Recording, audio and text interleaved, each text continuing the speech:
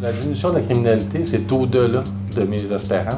Il y a eu beaucoup de changements au niveau des unités de travail, des changements au niveau de la philosophie. On évolue, en fin de compte, au service de police de Montréal pour suivre et précéder même la population. Donc, on a mis beaucoup d'emphase sur deux phénomènes, gang de rue et criminalité organisée et sécurité routière, ce qui a fait en sorte d'établir un peu le ratio qu'on s'attend d'avoir dans une ville sécuritaire comme Montréal.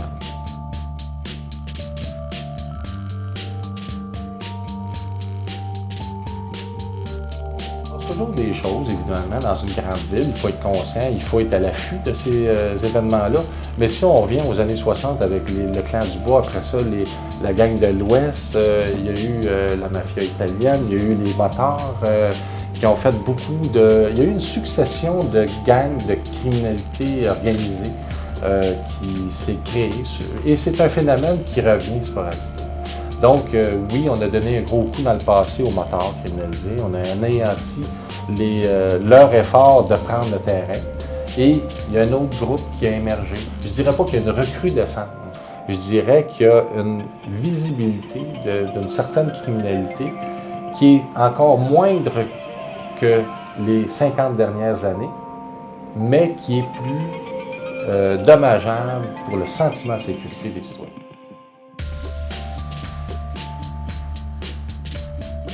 À ma première année, on a eu des compressions budgétaires.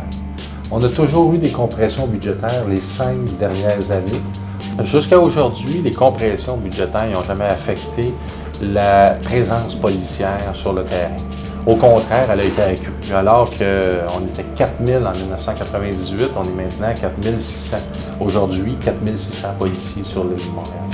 Avec des fonctions accrues comme le métro, comme Eclipse, comme la sécurité routière, qu'on a mis beaucoup d'emphase sur ces activités-là.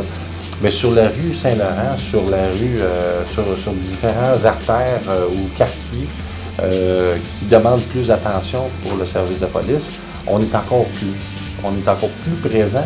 Mais je vous dirais que les citoyens, la communauté en demandent encore plus en 2010 qu'en demandant en 1970. Demande plus de services, plus de sécurité.